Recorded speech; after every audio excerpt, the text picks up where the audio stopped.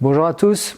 Aujourd'hui, de nouveau, suite des témoignages. Alors, évidemment, aujourd'hui, vous l'avez compris, c'est notre ami Johan qui va témoigner et qui va partager son expérience depuis qu'il est à son compte. Donc, maintenant, 1 an en entreprise, si je comprends bien, et un petit peu plus de temps. Mais il va vous expliquer tout ça. Et demain, petite surprise, j'ai le plaisir de vous annoncer donc que ce sera Boris Bolland, le prochain témoignage. Voilà, il m'a fait ce plaisir d'accepter ma proposition puisqu'il est également reconverti. Donc j'espère que ce témoignage-là vous plaira aussi. Et donc aujourd'hui, donc place à Johan. Allez, à demain pour d'autres témoignages.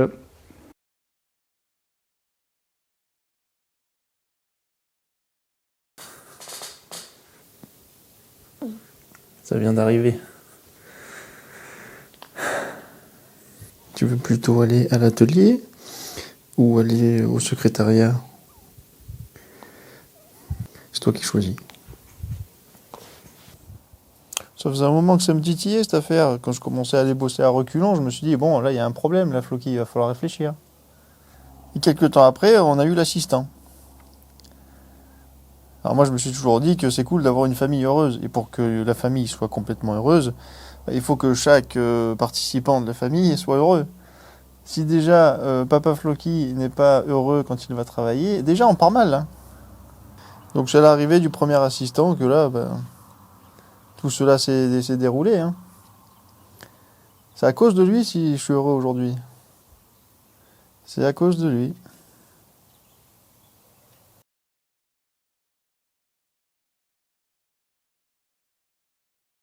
Pour réussir sa reconversion dans le domaine du bois, il faut avoir du bois. Voilà, donc ça peut vous paraître bizarre, mais en fait, actuellement, trouver du bois, vous pensez vraiment que c'est simple? Mais, parce qu'il y a toujours un mais, avant tout ça, la condition principale pour moi, c'est déjà, est-ce qu'on a envie de le faire?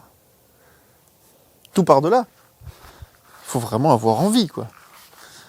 Et en plus, la deuxième condition pour moi, c'est d'être avec quelqu'un, donc le compagnon, ou alors si on est seul, il n'y a pas de problème. Ou alors, à moins qu'il y ait une dualité interne, ça sera autre chose. Mais le compagnon de vie doit être vraiment OK avec ça. Vraiment. Si le compagnon de vie ne comprend pas grand-chose à ça, et qu'il vous regarde avec des yeux globuleux en disant « Oui, tu feras tout ce que tu veux », non, c'est pas de ça qu'on a besoin. On a besoin vraiment de quelqu'un qui y croit. Est-ce que vous pensez réellement que, par exemple, ce compagnon de vie y croit réellement? Donc vraiment, si vous n'êtes pas sur la même longueur d'onde là-dessus, c'est que soit vous vous êtes trompé de compagnon, ça peut arriver à n'importe qui, soit c'est pas ça qu'il faut faire, tout simplement. Donc vous faites autre chose. Mais si le compagnon y suit pas, c'est une porte ouverte directe à Pôle emploi.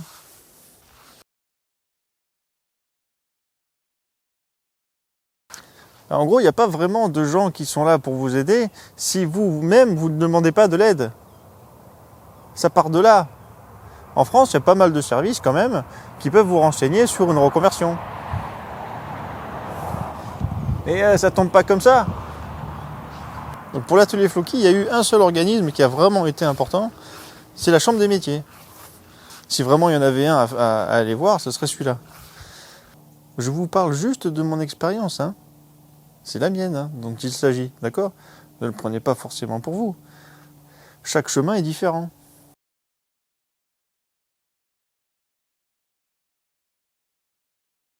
J'ai peut-être pas été assez clair. Je viens de le dire. La Chambre des métiers.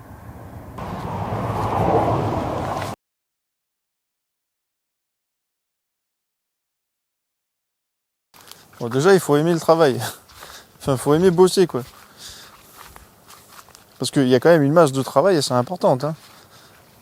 C'est ça qui est cool aussi dans l'artisanat, c'est que vous pouvez adapter votre travail en fonction de ce que vous avez besoin et en fonction de vos capacités. Maintenant, voilà, il faut se lever quand même, hein. Il faut y aller, quoi. Après, je dirais que c'est important quand même de connaître le matériel dont on dispose, qu'on utilise. Le connaître, ça ne veut pas dire genre j'ai une scie circulaire, j'adapte la profondeur et je coupe. C'est que dans cette machine-là, il y a à mon avis plein d'options qu'on ignore. Ces options-là peuvent faire gagner du temps. Et gagner du temps, c'est toujours intéressant dans le sens où c'est du temps qu'on pourra donner à la famille, ou c'est du temps qu'on va pouvoir adapter autrement, pour rentabiliser mieux, etc. Il y en a qui pourraient dire, ouais, il faut avoir un peu le côté commercial. Moi, j'ai pas ça du tout, en fait. Hein. Je sais pas faire. En fait, par contre, je sais rester moi-même. Et c'est peut-être ça aussi qui fonctionne bien. Donc pour moi, qu'est-ce qui ferait partie des prérequis? Restez vous-même. Et ça fonctionnera. Ou pas.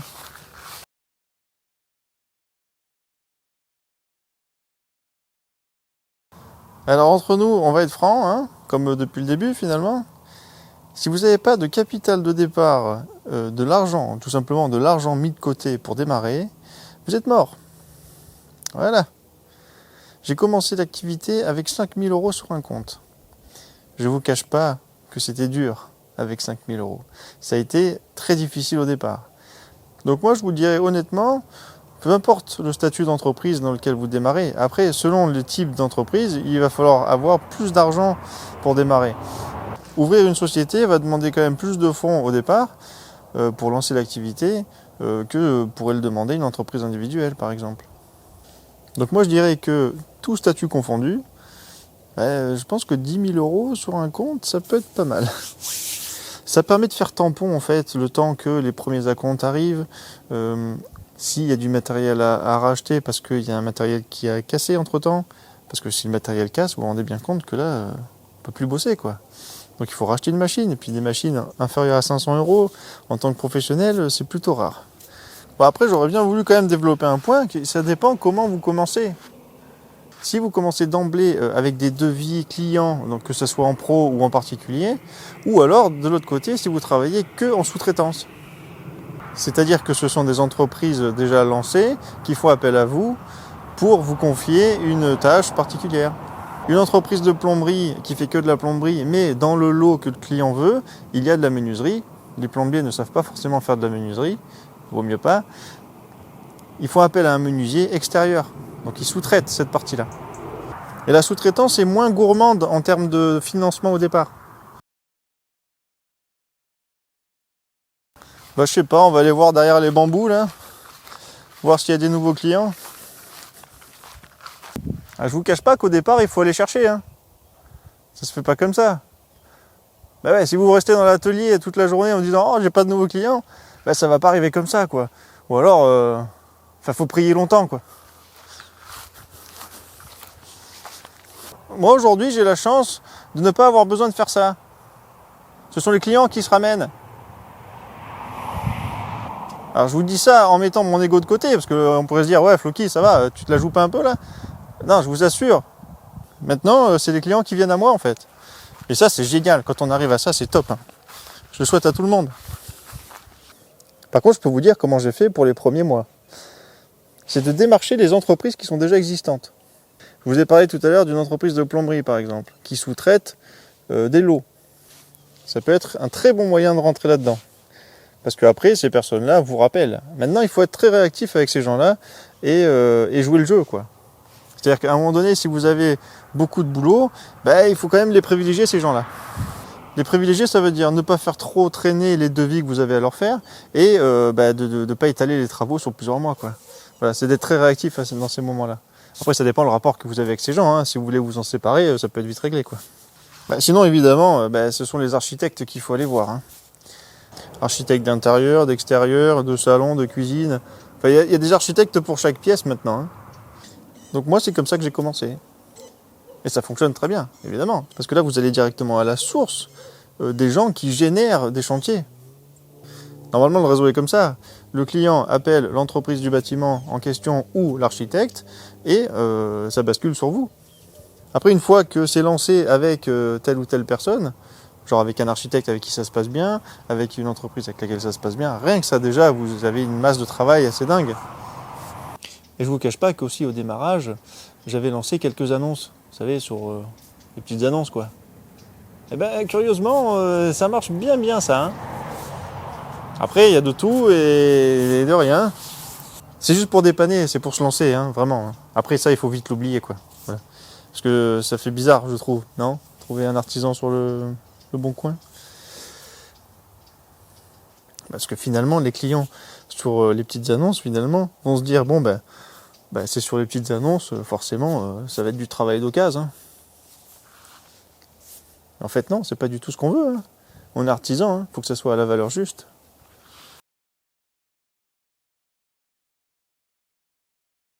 Ah bah alors là, c'est le pompon, là. C'est quoi cette question? Donc YouTube, pour moi, ça a commencé comment? Je me suis dit, ouais, tiens, j'aimerais bien faire des vidéos, quand l'assistant a débarqué, hein, bien sûr. Après ça, je me suis dit, j'aimerais bien faire des vidéos pour garder des souvenirs de l'assistant qui grandit. Vous vous rendez compte quand même de quoi ça part, quoi? C'était pour des souvenirs de l'atelier Floki. C'est tout. Donc si YouTube devait s'arrêter aujourd'hui, est-ce que ça changerait quelque chose dans mes finances? Je sais pas, avec la quelques centaines d'euros par mois que je récolte de YouTube, sachant qu'en plus c'est déclaré, ce qui fait que, ben voilà, vous imaginez, il se passe pas grand-chose, hein. Étant donné que je ne suis pas quelqu'un de très assidu en plus dans les vidéos, ce qui fait que ça dégringole rapidement, quoi. Par contre, une chose est sûre, c'est qu'en faisant des vidéos, je perds de l'argent. Ça, c'est évident. Donc voilà, c'est plutôt dans le sens inverse. Et oui, parce que le temps que je prends à poser la caméra, à filmer, à expliquer ce que je fais et tout ça, eh ben, c'est du temps que je ne gagne pas. Donc gardons bien à l'esprit ça, les vidéos sur YouTube ont commencé pour que l'atelier Floki se fasse des souvenirs de l'assistant qui grandit. Basta. Voilà pourquoi il n'y a ni partenariat, ni demande de compte de je sais pas quoi pour filer de l'argent ou machin. On n'est pas là-dedans ici, voilà.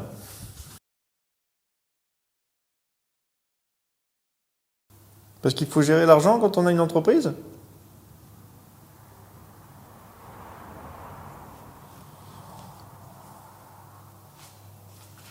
Moi, j'ai une manière assez simple.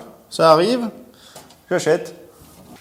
Je vous explique comment j'ai géré cette année, enfin l'année précédente. Ce qui n'est pas quelque chose à retenir, pas du tout, parce qu'en fait, je suis très loin d'être un bon gérant, pour l'instant. Donc en gros, moi, à chaque fois que j'avais un acompte, un paiement quelconque, à chaque fois qu'il y avait un montant qui débarquait sur le compte pro, je mettais 30% de côté. Et alors certains vont dire, c'est bien, oh, il anticipe. D'autres vont dire, mais t'es complètement fou parce que tu sais pas combien, en fait, du coup, tu vas pouvoir te verser comme salaire et quel est l'impact de ce que tu fais. Et si 30%, c'est suffisant par rapport à ton activité, ton chiffre d'affaires, les bénéfices que tu vas en faire, etc.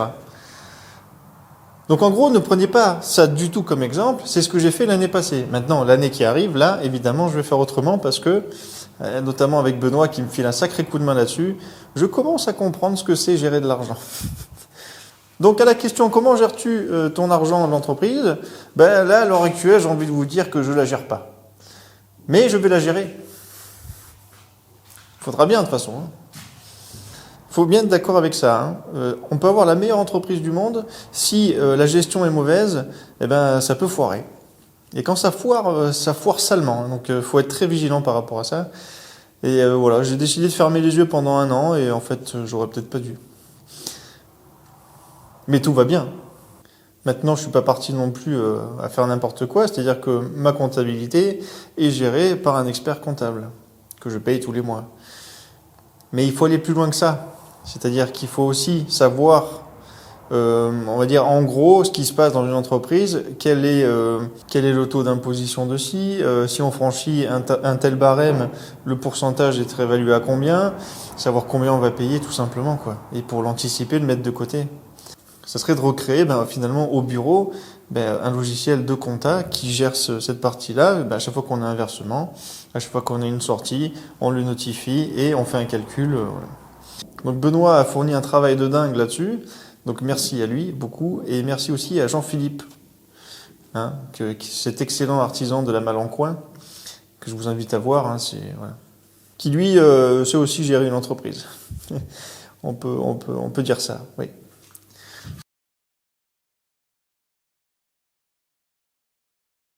Alors, dans une entreprise où on est assujetti TVA, moi honnêtement, je préfère complètement l'oublier, dans la comptabilité en tout cas, dans tout ce qui est rentrée d'argent et sortie. Voilà, c'est-à-dire qu'à chaque fois qu'on fait une comptabilisation, la TVA, on ne la met pas.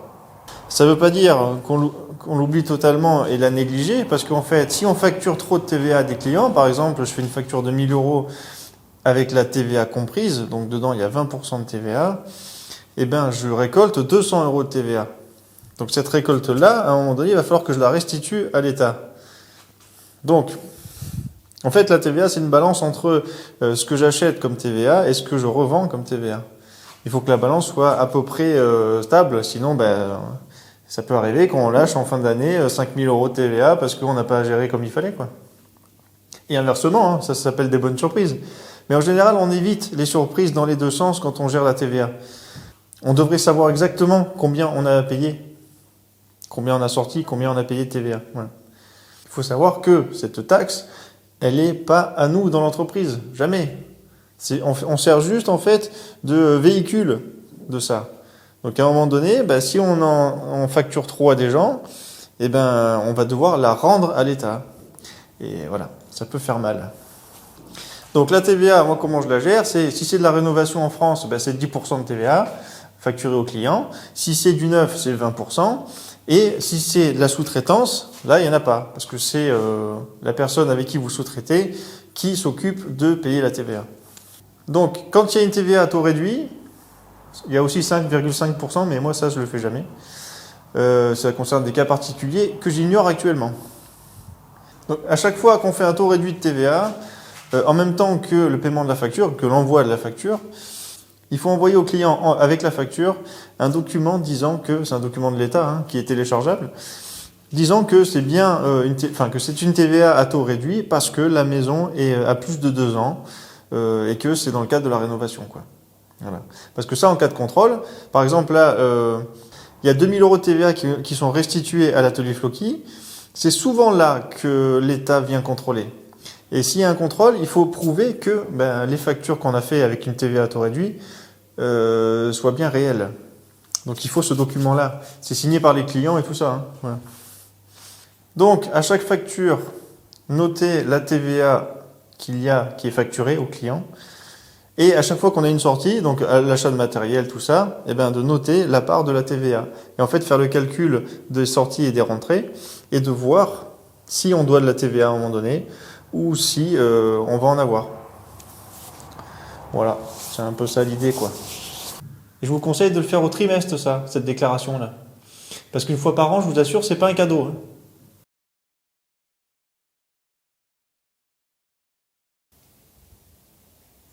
C'est quoi un logiciel? Non, pas du tout. Par contre, j'ai des tableurs Excel faits par Monsieur Pirard. Et ça c'est pas mal.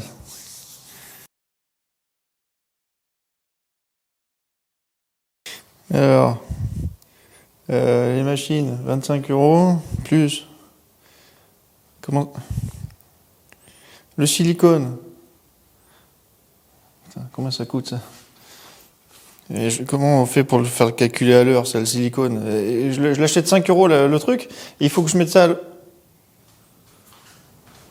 Alors, soyons bien clairs, tout ça, ce sont des choses sur lesquelles on pense, mais qu'on ignore tant qu'on n'y a pas mis le nez dedans. Donc ça, c'est grâce à Benoît et grâce à Jean-Philippe, qui m'ont montré du doigt que ça, justement, c'était important. Et on ne pense pas forcément, en début d'activité, à se dire combien je coûte à l'entreprise. C'est pas un truc qui vient, je pense pas. À moins qu'on ait déjà des notions de tout ça, quoi.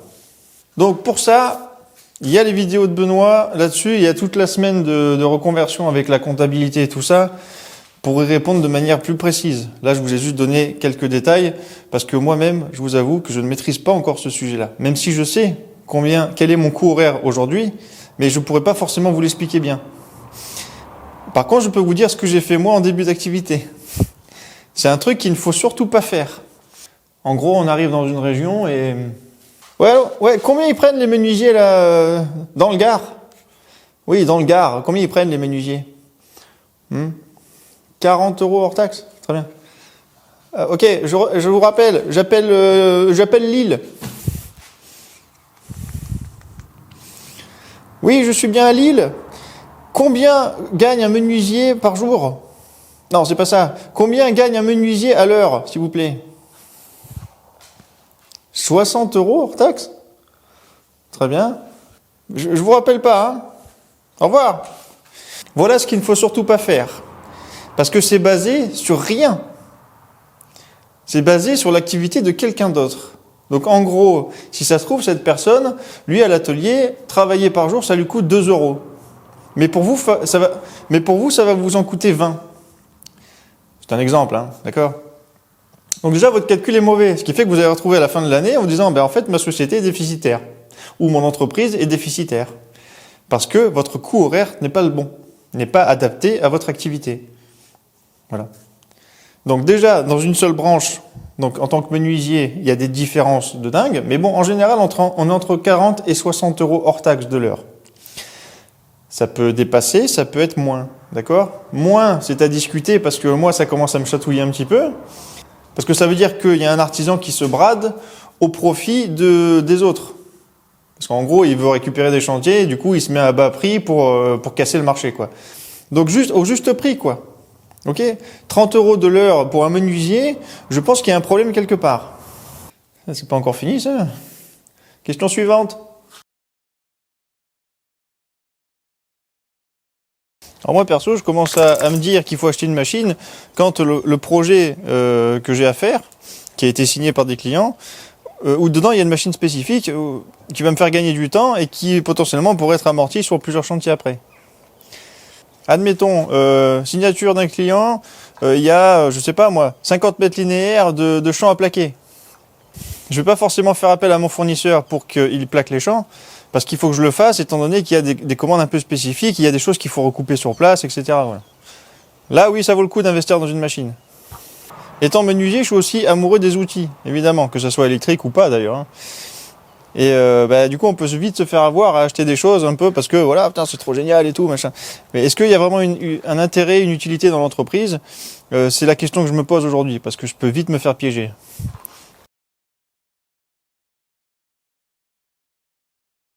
Alors c'est vrai que pour cette question-là, c'est mieux d'avoir des images. Elles vont parler d'elles-mêmes.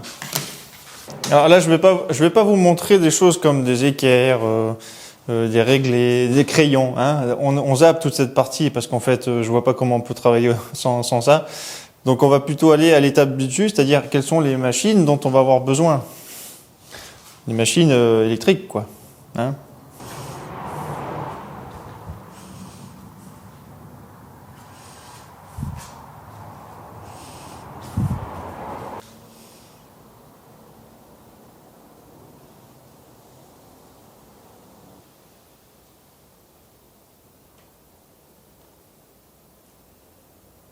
Une attention particulière sur l'aspirateur. Alors c'est sûr que si vous débarquez avec juste un aspirateur sur un chantier, vous n'allez pas faire grand chose, à part faire le ménage. C'est cool, hein, les clients ils sont contents, mais voilà. Si vous ne laissez pas un chantier propre en partant, c'est mal barré. D'ailleurs, il y a eu moi des devis qui ont été signés parce que j'avais un aspirateur. Alors c'est pas le cas de tout le monde, hein, d'accord, mais les gens aiment bien que ça soit propre quand même quand vous partez. Si vous laissez le bazar en partant, ça peut empêcher les futurs devis, les futures demandes de ces clients. Ils vont peut-être passer à autre chose. Parce que entre nous, toutes ces machines-là, bon, à part le cloueur et la perceuse, hein, bien sûr, si elles ne sont pas reliées à un aspirateur, ça va vite être le bazar. Mais alors vite.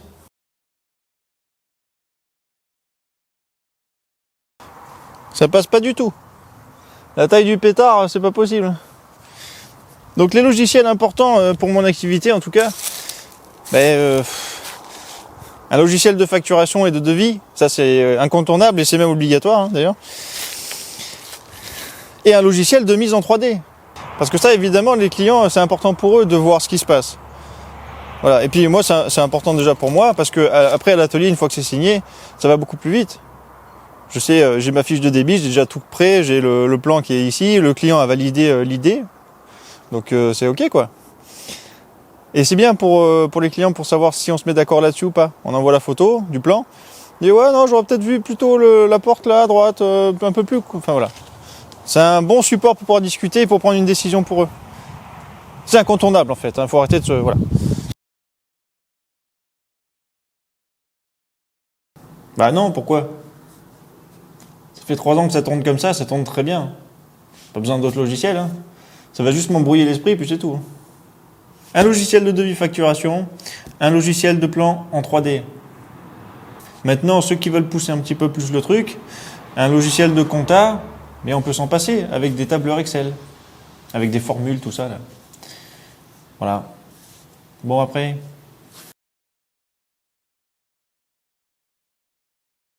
Alors, à l'atelier Floki, on est artisan, mais par contre, on a vraiment une notion importante de la famille. Il est hors de question pour moi de partir pendant, par exemple, 15 jours, 1 mois ailleurs, dans une autre ville, ou je ne sais pas où, pour le boulot. Peut-être un jour ça viendra, je laisse la porte ouverte à ça. Par contre, voilà, je sais que là actuellement c'est pas possible, quoi. Je me sentirais pas bien. Alors soyons bien clairs, l'activité d'une entreprise, ça prend énormément de temps et ça empiète souvent sur la famille, bien sûr. C'est pour ça que je vous disais, avoir le compagnon de vie qui tient la route par rapport à ça, c'est hyper important. Parce que soit c'est votre activité qui va en pâtir, soit c'est carrément votre couple et puis alors à ce moment-là, il va falloir faire un choix. Maintenant, des fois, il y a des choses qui tournent d'une certaine manière, des choses qu'on n'avait pas forcément prévues, quoi. C'est la vie, hein. Ma famille n'est pas en manque de Floki. Voilà, je suis très présent, en fait, en tant que père. Et je tiens à le rester. Donc, en gros, s'il y a des décisions importantes à prendre au sein de ma famille, c'est plutôt mon planning qui va être modifié plutôt que le planning familial. Maintenant, ça dépend évidemment de l'importance de la chose. Hein. Faut en discuter, quoi. En gros, en tant qu'artisan, on peut travailler du lundi au dimanche sans problème. Ça ne pose pas de soucis. Enfin, en tout cas, pour moi, ça ne me poserait pas de soucis parce que déjà, j'ai la pêche et en plus, avec l'activité que j'ai, je peux très bien le faire. Mais je refuse de faire ça. Je tiens à garder au moins les week-ends et en plus là, avec l'arrivée de l'assistante, je vais m'occuper beaucoup du premier assistant. Donc c'est moi qui vais l'amener à l'école, je vais aller le chercher. Il va y avoir une organisation qui va être un peu différente. Et c'est pas plus mal en fait. Voilà, ça permet de structurer un peu plus les choses et de passer un petit peu moins de temps au travail, même si j'aime beaucoup ce que je fais. Hein. Mais disons que ça permettra de cadrer un petit peu les excès de travail. Voilà. Et c'est une bonne chose. J'ai plus tendance à aller dans l'excès de travail que l'inverse. C'est la passion qui parle en fait. Hein. Voilà.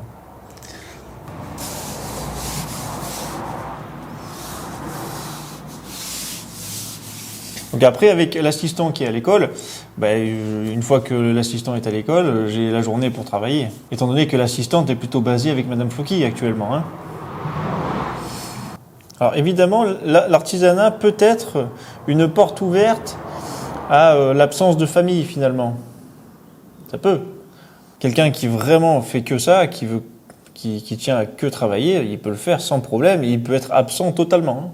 Ça, et sans aucun effort. Là, c'est vraiment un choix de vie qui se pose. Hein. Alors évidemment, il y a des périodes où l'activité va être un peu plus demandeuse. Et il y a des périodes où la famille va être un petit peu plus demandeuse. Donc il y a un équilibre à faire et c'est juste, je pense qu'il faut en parler au sein de la famille. C'est-à-dire que voilà, en ce moment, Papa Floki, il faut qu'il travaille beaucoup parce qu'il y a beaucoup de demandes, parce qu'il y a du retard et parce que les finances vont pas très bien. Voilà, ça peut être des exemples comme ça. Ça va durer peut-être qu'un jour, un mois où Papa Floki va rentrer tard. On va l'aménager un peu comme ça. De l'artisanat, normalement, on a du boulot tout le temps, mais il y a quand même certains rushs. Il y a des rushs à un moment donné, il y a des choses à livrer qui sont avec des temps impartis, parce que les clients soient en ménage, ou parce que, par exemple, l'ouverture d'un bistrot se fait à telle date. Voilà. Donc là, avant cette date-là, il faut absolument mettre tout en place pour que le client puisse ouvrir son bistrot. Donc quand on n'a que ça à faire, ça va. Mais quand il y a 10 projets en attente, là, ça commence à être compliqué. Donc en gros, ce que je voudrais vous dire, c'est que l'artisanat, c'est une porte ouverte à scinder la famille.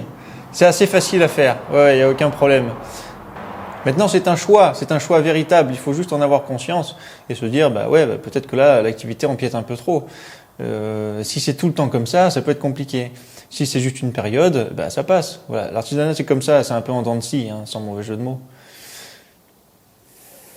Il y a des rushs, il y a des creux, il y a des hauts, il y a des bas, c'est comme ça. Voilà. Next. La première exigence, ça va être d'aimer ce qu'on fait, tout simplement. Si vous aimez pas ce que vous faites, c'est même pas la peine. Arrêtez tout. On fait autre chose. On fait un truc qu'on aime. C'est plus simple, hein. Après, en termes de qualité, on va plutôt partir sur l'organisation. La gestion des plannings. Genre, chantier Josette Bernard, livraison semaine 48. Ben voilà, faut que ça soit semaine 48. Ou alors c'est qu'il y a une très très bonne raison, et à ce moment-là, on discuter avec les clients, et puis voir comment ils réagissent, quoi. Mais voilà, c'est se tenir au planning que l'on donne aux clients. Ça, c'est important, et généralement, c'est ça aussi qui fait que les clients parlent entre eux, et qui vous ramènent d'autres choses. La réactivité, quoi. Voilà. Ouais, écoute, le mec, il bosse super bien, en plus, dans les temps et tout, incroyable. Bah après, je pense vraiment qu'il faut aimer les gens, quoi. Enfin, au moins un petit peu. Faut aimer l'humanité. Ouais, ça peut faire rigoler, mais... Parce que quelque part, il y a aussi, comment dire, on prend soin des gens en faisant ça. On leur fabrique quelque chose avec soin et qui soit durable. Bon, j'appelle ça prendre soin des gens, quoi, tout simplement. Finalement, c'est pas très différent que d'être infirmier, hein. C'est juste qu'il y a tous les bons côtés de l'infirmier sans les mauvais. C'est pas mal, ça, hein?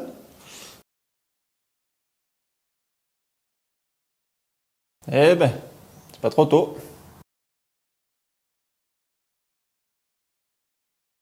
Oh oui! Pour revoir la naissance de l'assistant. Ouais, sacrée épreuve, hein. Dans la mesure où ça ne change rien au présent actuel. Parce que des fois, quand on revient en arrière, il y a des trucs qui se déroulent autrement, et ce qui fait que la réalité de maintenant change. Moi, là, je ne veux rien changer, là, hein. Là, c'est parfait, en fait. On va rester comme ça. Maintenant, si on me demande qu'est-ce que tu voudrais revoir, bah ouais, j'aimerais bien revoir la naissance de l'assistant. Ça me brancherait bien. C'est complètement hors sujet, ouais. Ouais. Allez, dernière question. Et celle-là, c'est ma préférée.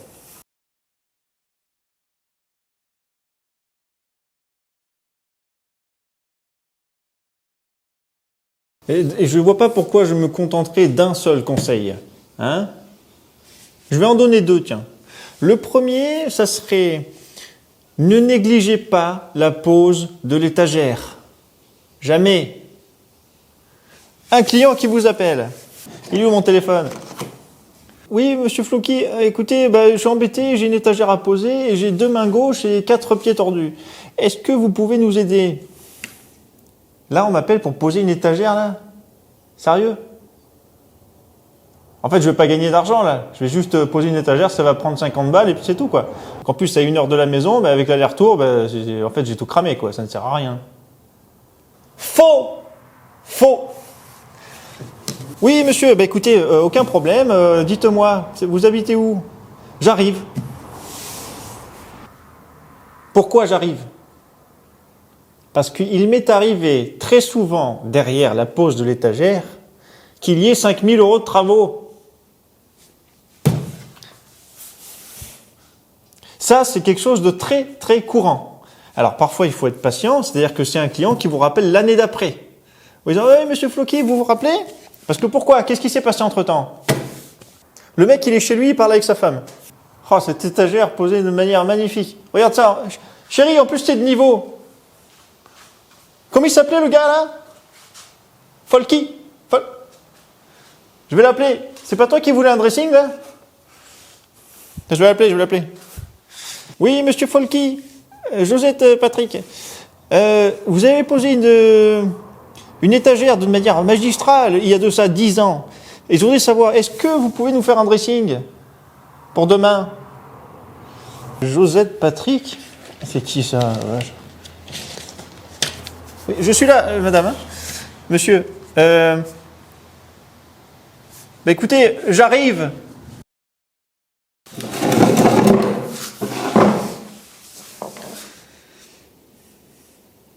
Le conseil numéro 2 que je pourrais vous donner, c'est quoi? C'est lié à tout ce qui est comptabilité, à tout ce qui est finalement gestion d'entreprise, que ce soit gestion de planning ou que ce soit gestion de l'argent. Voilà, en gros pour moi, ces deux conseils-là sont très importants pour faire fonctionner une entreprise.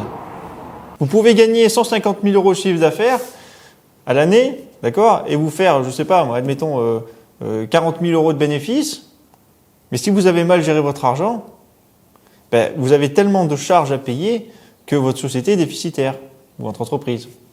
Donc, pour la gestion, faites-vous aider. Demandez des conseils aux experts comptables, demandez des conseils aux artisans qui sont installés depuis un moment. Les deux avis sont importants, vraiment. Parce qu'on a un côté et puis l'autre là. Hein. Bon ben voilà, c'était Floki. Parce que les questions ça va 5 minutes. Hein.